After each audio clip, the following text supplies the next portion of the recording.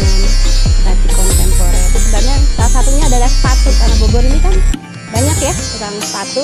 Cuman gimana caranya kita punya pakai indigo aja. Pakai tekniknya kuas ini semua sama. Ini masih proses juga. Jadi nggak mungkin ada yang sama walaupun motifnya itu sama karena finishingnya lain.